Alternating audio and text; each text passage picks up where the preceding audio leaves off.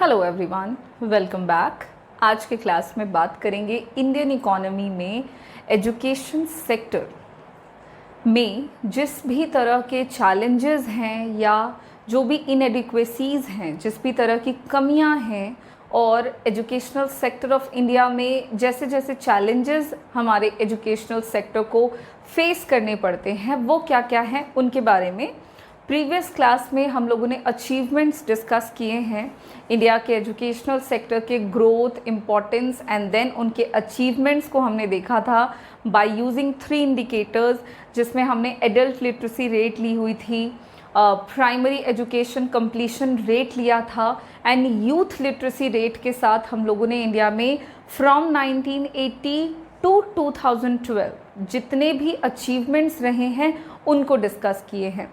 आज के क्लास में हम प्रॉब्लम्स के बारे में जानते हैं, पॉइंट वाइज डिस्कस करेंगे, 1 बाय 1 करके देखेंगे प्रॉब्लम्स क्या है और फिर उनको हम डिस्क्राइब करते चलेंगे। चलिए शुरू करते हैं।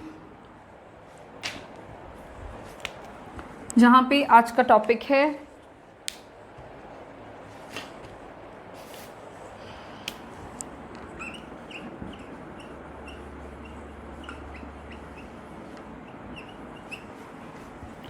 inadequacies and challenges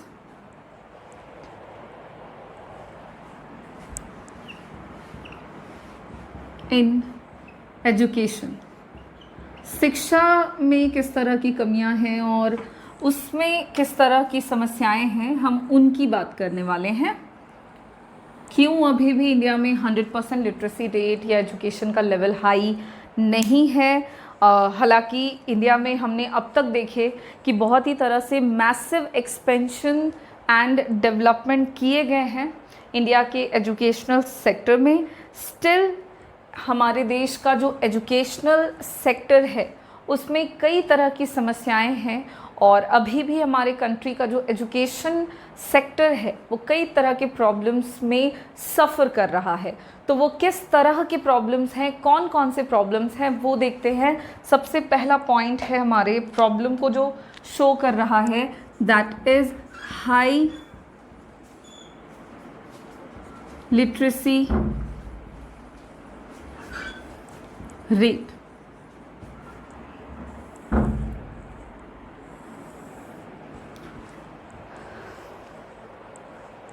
high illiteracy rate India में लार्जेस्ट अमाउंट में लोग ऐसे हैं जो कि इलिटरेट हैं और पूरे वर्ल्ड से जब हम कंपेयर करते हैं इलिटरेसी के मामले में, अशिक्षा के मामले में, तो still in the Indian economy पूरे वर्ल्ड पॉपुलेशन में जितना Indian economy is scoring the largest share of illiterate people, ठीक है, जो कि हमारे एजुकेशन सेक्टर का एक प्रॉब्लम बताता है। एज पर 2011 सेंसस डेटा, इंडियन इकोनॉमी का जो इलिटरेसी लेवल है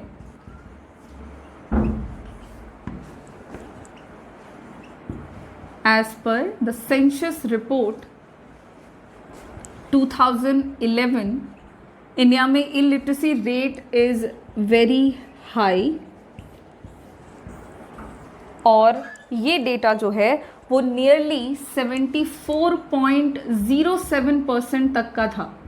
74.07% इंडियन पॉपुलेशन ऐसे थे जो कि इलिटरेट थे according to the census report 2011 that shows the worst condition of Indian population in case of literacy। और ये वर्ल्ड पॉपुलेशन का लार्जेस्ट हिस्सा है जो कि इंडिया में, भारत में पाया जाता है। नियरली 20% हमारी कंट्री में लोग बच्चे ऐसे हैं, नियरली 20% हमारे देश में बच्चे ऐसे हैं जो कि जिनका एज ग्रुप 20% चिल्ड्रन जो एज ग्रुप 6 to 14 ईयर्स में आते हैं, उनमें ऐसे बच्चे हैं जो स्कूल्स नहीं जाते हैं, ठीक है, वैसे बच्चे जो स्कूल नहीं जाते हैं और इस तरह से बच्चों में भी अगर आप बोलोगे इलिटरेसी की संख्या तो ये आपको मिल जाएगी 20%। ओके, इतने बच्चे अभी भी हमारे ऐसे हैं जो कि स्कूल्स नहीं जाते। वहीं पे अगर हम इलिटरेट एडल्ट्स की बात करें अपने देश में, तो यूनेस्को का रिपोर्ट है, यूनेस्को के रिपोर्ट के अनुसार भारत देश में 2010 का ये रिपोर्ट है जहाँ पे 37% इंडियन एडल्ट्स ऐसे हैं जो कि इलिटरेट है, जिनमें इलिटरेसी है। इंडियन एडल्ट्स की बात कर रहे हैं हम लोग। ये रिपोर्ट 2010 का है और यहाँ पे इलिटरेसी शो होती है 37% की। ये तमाम प्रॉब्लम्स हैं जो कि इंडिया के एजुकेशनल सेक्टर को फेस करनी पड़ रही है और ये कारण है हमारे देश में इलिटरेसी इतने हाई होने का। पूरे वर्ल्ड में जो इंडियंस हैं वो इलिटरेट हैं और इलिटरेसी के मामले में इंडियन एडल्ट्स जो हैं वो सबसे ज़्यादा पार्ट स्कोर करते हैं, सबसे ज़्यादा हिस्सा जो है वो कवर करते हैं। तो इंडिया में गरीबी पहली समस्या और अशिक्षा हमारे देश की दूसरी बड़ी समस्या है। ठीक है, फर्स्ट प्रॉब्लम हो गया, इलिटरेसी काफ़ी अधिक है हमारे कंट्री में, जिसकी वजह से एजुकेशन का लेवल जो है वो डाउन होता है। एक इलिटरेट व्यक्ति जो है वो एजुकेशन के वैल्यू को उतना नहीं समझ पाता, जिसकी वजह से वो एजुकेशन को प्रमोट नहीं करता है बल्कि उसको और डिस्करेज करता है। तो ये एक समस्या है। दूसरे पॉइंट पे चलते हैं। सेकंड प्रॉब्लम क्या है, ये सेकंड इनएडिक्वेसी। तो कंट्री में जेंडर बायसनेस काफ़ी अधिक है। इंडिया में जेंडर बायसनेस भी आपको देखने को मिल जाएगा और जेंडर बायसनेस का मतलब हुआ कि male female, girls and boys के बीच में काफ़ी डिफरेंसेस आपको देखने को मिलेंगे, स्पेशली इन एजुकेशन या लिटरेसी के मामले में। अभी भी इंडिया में आप देखें तो गर्ल्स का जो इनरोलमेंट है इन एलिमेंट्री एजुकेशन ये बहुत ही ज़्यादा कम है compare to the enrollment of boys.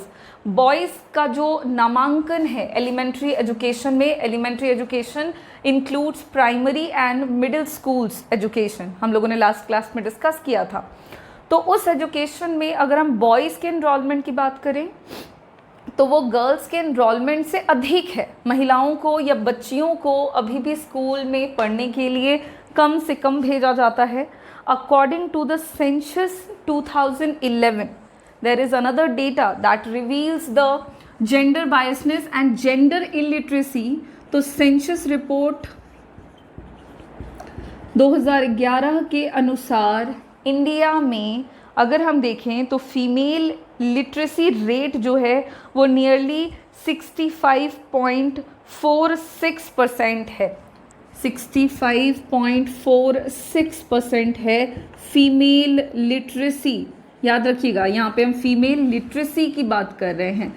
वहीं पे अगर हम मेल लिटरेसी की बात करें according to the census report 2011, तो इसी सेंसस रिपोर्ट के अनुसार जो मेल लिटरेसी है इंडिया में वो लगभग 82% है।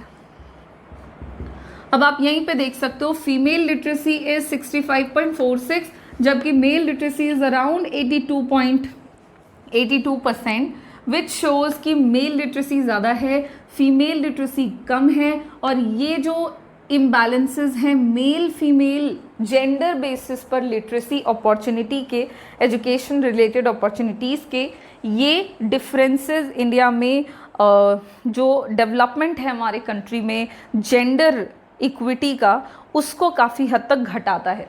एक कंट्री के डेवलपमेंट के लिए मौजूदा पॉपुलेशन जो है which includes male female both population, उन दोनों का डेवलपमेंट ज़रूरी है। अगर सिर्फ एक जेंडर के डेवलपमेंट पे फोकस किया जाए तो उस कंट्री का डेवलपमेंट प्रॉपर नहीं हो सकता। इंडिया में इसी वजह से हमारे कंट्री में जो ओवरऑल डेवलपमेंट है हमारे देश का वो कम है, बिकॉज फीमेल एजुकेशन पर फोकस कम किया जाता है। ये इसके पीछे बहुत सारे कारण हैं, लोगों के ट्रेडिशनल थॉट हैं। पहले तो लोग इट्सेल्फ इस तरह की एक्टिविटीज़ को प्रमोट करते हैं, फीमेल लिटरेसी को घटाते हैं, मेल लिटरेसी को बढ़ाते हैं।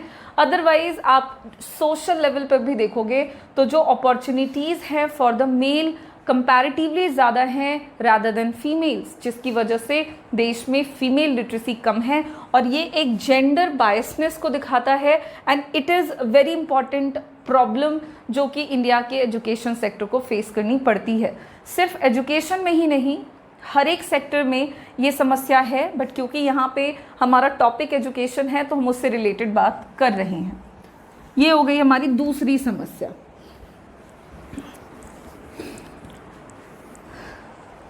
अब चलते हैं नेक्स्ट प्रॉब्लम पे, that is lack of vocational training.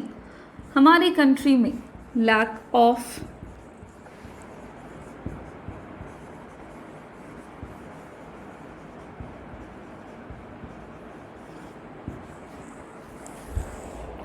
Vocational training.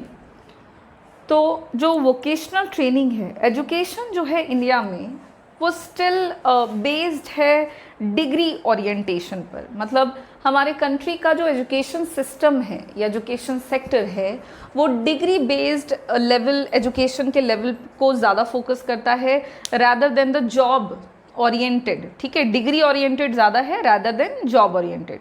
तो इम्फेसिस जो जनरल एजुकेशन पर किया जाता है बहुत अधिक, उसकी वजह से जो वोकेशनल या ट्रेनिंग रिलेटेड जो हमारे कोर्सेज हैं, जो ट्रेनिंग बेस्ड एजुकेशनल पैटर्न है, वो कहीं ना कहीं नेग्लेक्ट हो जाता है, जिसकी वजह से जो एक टेक्निकल एस्पेक्ट्स है एजुकेशन का वो नेग्लेक्ट हो रहा है, जिससे कि लोगों के की जो एफिशिएंसी है वो एडवर्सली अफेक्टेड हो जाती है और लोगों की एफिशिएंसी या उनका स्किल जितना कम होगा उतना ज़्यादा उनके काम करने की जो क्षमता है वो घटती है। और ये कारण है कि इंडिया में अनएम्प्लॉयमेंट की जो समस्या है वो समय के साथ बढ़ती जा रही है, इंक्रीज़ होती जा रही है, बिकॉज वोकेशनल ट्रेनिंग की काफ़ी भारी मात्रा में कमी है। इंडियन इकोनॉमी का एजुकेशनल पैटर्न डिग्री ओरिएंटेड है rather than the training oriented और जॉब ओरिएंटेड। ठीक है, नेक्स्ट प्रॉब्लम की बात करें तो अगली समस्या है लो स्टैंडर्ड ऑफ एजुकेशन। इंडिया के एजुकेशन सिस्टम का जो स्टैंडर्ड है वो भी काफ़ी लो है। जैसे ठीक एग्जाम्पल को अभी देख लेते हैं, लो स्टैंडर्ड ऑफ एजुकेशन का क्या मतलब हुआ। तो इंडिया में इक्वालिटी और स्टैंडर्ड ऑफ एजुकेशन जो है वो काफ़ी कम है। एज द सिलेबस जो प्रिस्क्राइब करते हैं हमारे देश में वेरियस बोर्ड्स बनाए गए हैं अलग अलग लेवल्स ऑफ एजुकेशन पर। जैसे कि लास्ट क्लास में हमने देखा सेकेंडरी एजुकेशन के लिए NCERT है, यूनिवर्सिटी एजुकेशंस को कंट्रोल एंड कोऑर्डिनेट UGC के द्वारा किया जाता है। इसी तरह से डिफरेंट बोर्ड्स बनाए गए हैं, डिफरेंट यूनिवर्सिटीज़ हैं और उनके द्वारा पर्टिकुलर सिलेबस जो हैं वो प्रिस्क्राइब किए जाते हैं। बट उनके जो सिलेबस प्रिस्क्राइब्ड होते हैं वो सिलेबस किसी भी तरह के जॉब से रिलेटेड नहीं होते या जॉब रिक्वायरमेंट्स को मैच नहीं करते। This is the problem. Though there have been efforts undertaken to bring desired change in the pattern of examination and evaluation by such boards, yet much still has to be done। देखिए ऐसा है कि कई सारे boards हैं, कई तरह की यूनिवर्सिटीज़ हैं जो कि अपने अपने अकॉर्डिंग सिलेबस का चयन करती हैं, सिलेक्शन करती हैं, बट उन सिलेबस से कहीं पर भी डायरेक्टली किसी भी जॉब अपॉर्चुनिटीज़ को ग्रैब करने में सपोर्ट नहीं मिलता, हेल्प नहीं मिलता, जिसकी वजह से लोगों में एक जो एफिशिएंसी कह सकते हैं आप, जो एक्सपर्टीज़ होता है related to any particular topic और related to any particular training, वो नहीं आ पाता।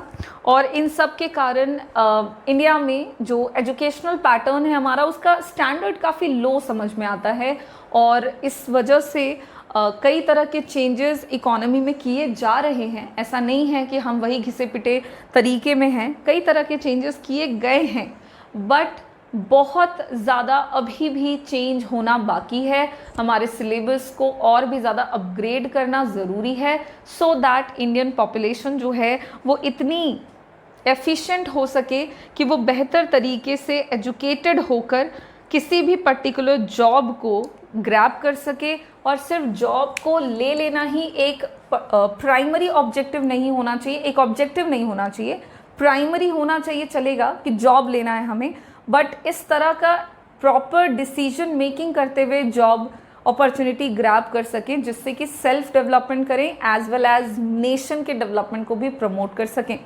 तो ये एक समस्या है, लो स्टैंडर्ड है हमारे देश में एजुकेशन का। Other than that next problem और है, that is inefficient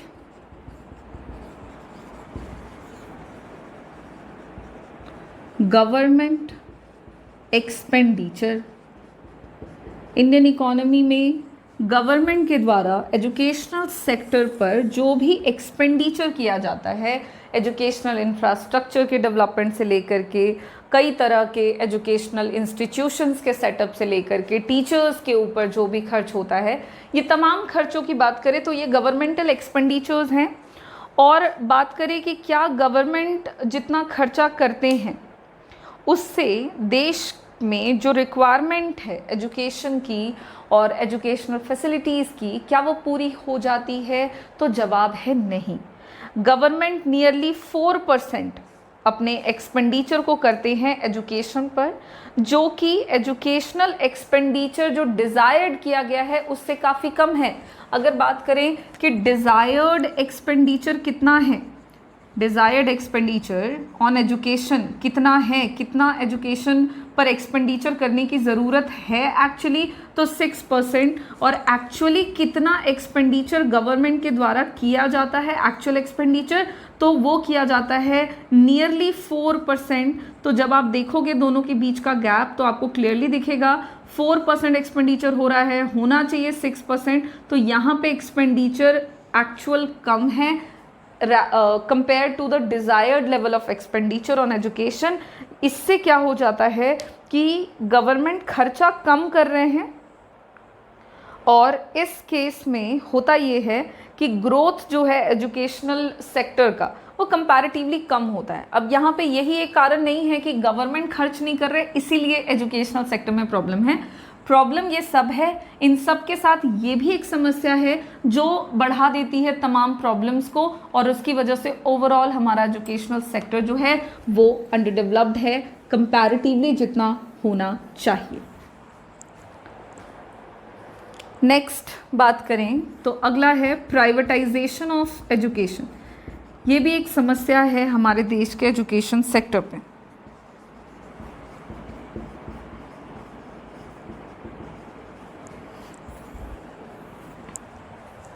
privatisation of education में है ऐसा कि there is a growing tendency towards attaining education in private institutions.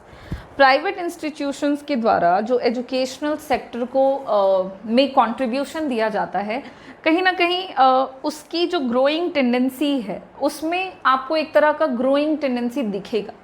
उनका जो डेवलपमेंट का पैटर्न है वो कंपैरेटिवली बेहतर है। दो फैसिलिटीज़ जो होते हैं वो बेटर होते हैं प्राइवेट सेक्टर के द्वारा अनडाउटेबली, बट साथ ही साथ वो फैसिलिटीज़ काफ़ी एक्सपेंसिव भी होते हैं। प्राइवेट सेक्टर में जो आपको एजुकेशनल फैसिलिटीज़ मिलते हैं they are better, much better, उनकी ग्रोइंग टेंडेंसी है। बावजूद उसके सिर्फ अगर हम क्वालिटी की बात करें तो बहुत अच्छे हैं, लेकिन अगर हम कॉस्ट की भी बात करने लग जाएं तो वो बहुत एक्सपेंसिव होते हैं। This is the problem, this is also one of the important problem in education sector because of heavy expenditure. It goes beyond of many to obtain education in private institutions, क्योंकि बहुत ज़्यादा खर्च लग जाता है private institution से educational facilities को achieve करने में या उनको अटेंड करने में, सो दैट देश के मेजर पॉपुलेशन ऐसी है, मेजर पोर्शन ऐसा है हमारे देश में जो कि प्राइवेट इंस्टीट्यूशन से उस तरह की सुविधाओं को नहीं ले पाते। बिकॉज कंट्री में हमने हमारे प्रीवियस क्लासेस में देखा हुआ है पॉवर्टी बहुत अधिक है। गरीबी इतनी ज़्यादा है कि लोग अपने आप को 2 वक्त का 3 वक्त का खाना नहीं प्रोवाइड करा पा रहे हैं, अपने बच्चों को नहीं दे पा रहे हैं। इस केस में अगर हम बात करते हैं कि प्राइवेट सेक्टर का एजुकेशनल पैटर्न बहुत एडवांस्ड है, बहुत बेहतर है, तो लोग वहाँ से जाकर क्यों नहीं एजुकेटेड हो जाते हैं? तो इसका जवाब है कि प्राइवेट सेक्टर में एजुकेशन बेहतर मिलने के साथ साथ महंगा भी मिलता है, जो कि एक आम इंसान के द्वारा अफोर्ड कर पाना मुमकिन नहीं है, और ये भी एक समस्या है इंडिया के एजुकेशनल सेक्टर की। ठीक इसी तरह से और भी प्रॉब्लम है, जैसे कि low access level in rural areas.